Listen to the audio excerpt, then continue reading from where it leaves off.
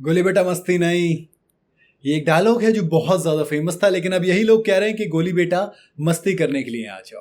वही television show Tarak Mehta का उल्टा चश्मा, एक ऐसा शो जो कि खूब फेवरेट है, खूब मतलब विवादों में भी रहता है।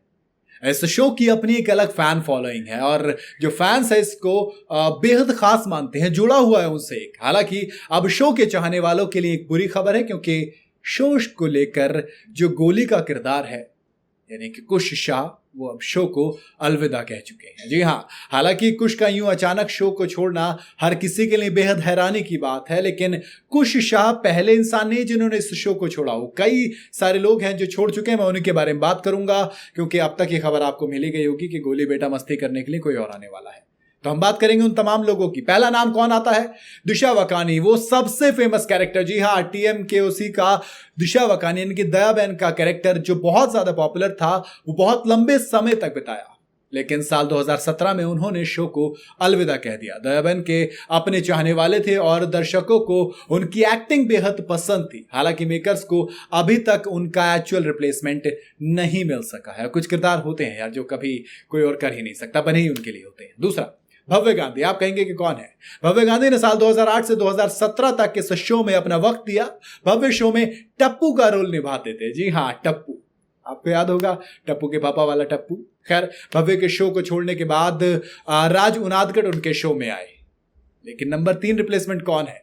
राज उनादकट, क्योंकि 2017 में टप्पू के रोल के आए थे और फिर वो कुछ वक्त के बाद चले गए। जी हाँ, ज्यादा लंबा टाइम नहीं दिया उन्होंने, 2022 तक शो में रहे और 2022 के बाद उस शो को उन्होंने छोड़ दिया। टप्पू का किरदार अब कोई और नहीं बल्कि नितेश भुलानी निभा रहे हैं, वो बात नहीं है दूसरी। खैर, चौथा नंबर किसका है? शैलेश लूड़ा, एक ऐसा कैरेक्टर जिसको मैं बहुत पसंद करता हूं।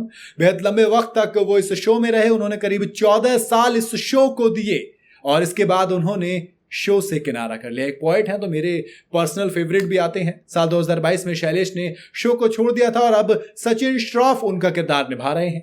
पांचवा नाम जिसने शो को छोड़ा है वो है नेहा मेहता।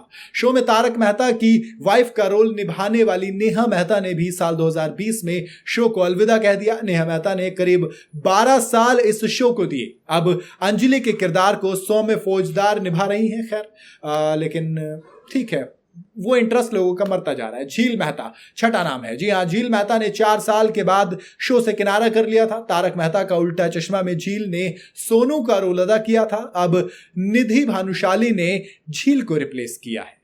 अब ये तो वो कुछ बड़े नाम थे जिन्होंने रिप्लेस किया, बाकी इसके अलावा निधि भानुशाली, निर्मल सोनी, कवि कुमार आजाद, गुरुचरण सिंह हो गए।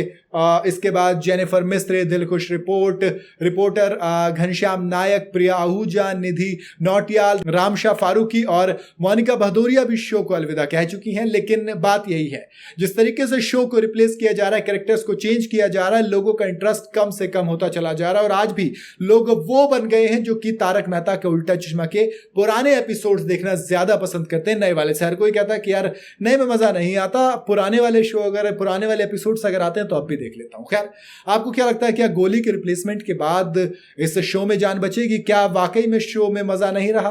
पुराना वाला जो एपिसोड्स है वही ज्यादा बेहतर थे? क्या लगता है बताइएगा जरूर कमेंट के अंदर। वीडियो अगर आपको पसंद आई हो तो इसे लाइक और शेयर जरूर करें। जाता है तो चैनल को फॉलो और सब्सक्राइब जरूर करते जाइएगा।